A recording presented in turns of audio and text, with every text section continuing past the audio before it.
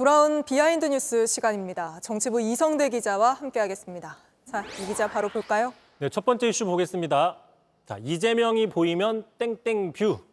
자, 이재명 대표 연임을 축하하는 꽃다발들, 네. 그 축하 화환이 국회 앞에 늘어서 있었습니다. 자, 그러자 국민의힘에서는 오늘 아침 회의에서 이 화환에 적혀 있는 문구가 상당히 황당하다 이렇게 주장을 했는데 어떤 내용인지 먼저 들어보시죠. 강이 보이면 리버뷰, 바다가 보이면 오션뷰, 뷰. 이재명이 보이면 뭐로 돼 있겠습니까? 이재명이 보이면 I love you라고 되어 있습니다. 네, 언제부턴가 이렇게 지지하는 정치인한테 화환을 보내는 문화가 굳어진 것 같아요. 그렇습니다. 자, 그러다 보니까 지금 다른 문구를 또 국민의힘에서 소개를 했습니다. 몇 가지 좀 가져와 봤습니다. 자, 보시는 것처럼 왼쪽부터 보면요. 자, 이재명 이번 전대 점수는 95점밖에 안 된다. 왜 그러냐? 5점이라는 게 없기 때문이다.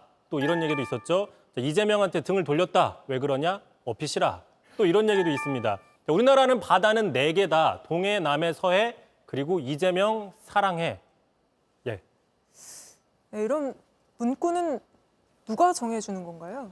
뭐 스스로 이제 지지자들이 했던 걸로 추정이 되고 있죠. 네. 네. 그렇습니다. 정치에서도 지금 마치 연예인, 스타를 대하듯한 이런 팬덤 문화들이 계속 심화되고 있는 모습 아니냐 이런 분석들이 나오고 있고요.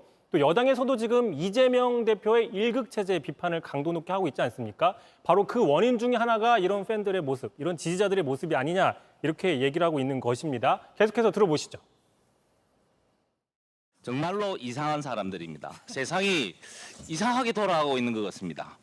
그렇지만 우리 당만이라도 정상적인 사고를 바탕으로 국가와 국민을 위한 정치를 해야겠습니다. 그런데 사실 이게 뭐 민주당 쪽에만 화환을 보내고 있는 건 아니잖아요. 그렇습니다. 지난 4월 총선 직후였죠. 총선 참패 이후에 한동훈 당시 비대위원장이 사퇴하자 당시 국회 앞에도 이렇게 돌아오시라 이런 식의 그 응원 꽃다발들이 많이 있었습니다. 좀 몇 가지 문구를 좀 볼까요? 자, 여러 가지 동료 시민들이 전국 각지에서 보냈는데 두바이, LA, 해외에 있는 동료 시민들도 보냈죠.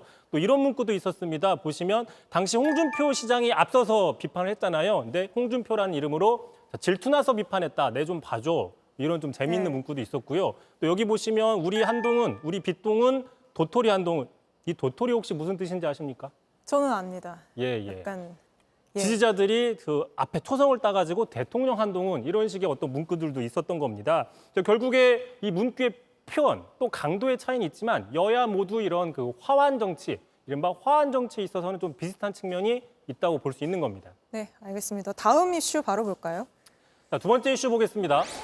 자, 김문수의 무엇이든 물어보세요. 자, 오늘 다음 주죠. 26일 날 김문수 고용노동부 장관 청문회를 앞두고 본격적인 검증이 시작된 가운데 지난해였습니다. 대구에서 청년들과 만나서 토크 콘서트를 했는데 이 내용이 좀 뒤늦게 공개돼서 논란이 되고 있습니다. 자, 이 자리에서 청년들이 대구를 떠나고 있다. 여기 남아서 좀 일을 하고 싶은데 꿈을 키우고 싶은데 막막하다, 답답하다 이런 거를 토로했더니 김문수 당시 위원장이 좀 다소 엉뚱한 답변을 내놨습니다. 한번 주의 깊게 들어보시죠.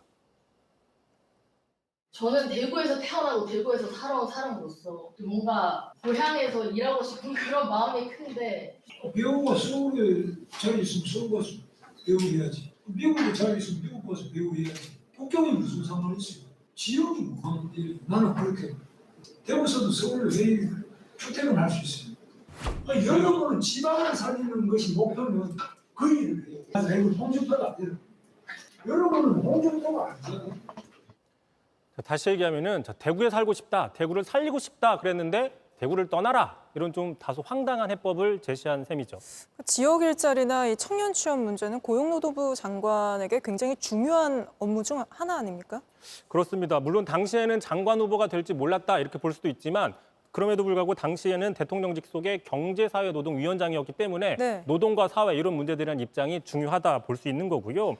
특히 이 저출생의 원인을 어떤 장시간의 노동 또는 사회적 그 자본, 인프라의 빈곤이 아니라 반려동물 때문이다 이런 또 얘기를 해서 좀 다소 황당하다 이런 얘기가 나오고 있습니다.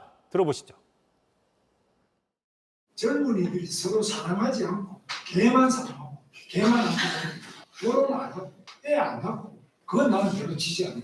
나도 꼰대라고 그러든 말든 난 그거는 지지 않아요.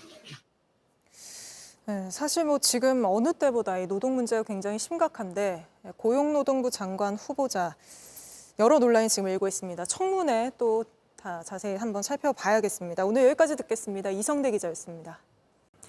JTBC 뉴스를 시청해 주셔서 고맙습니다. 저희는 저녁 6시 50분 뉴스룸에서 뵙겠습니다.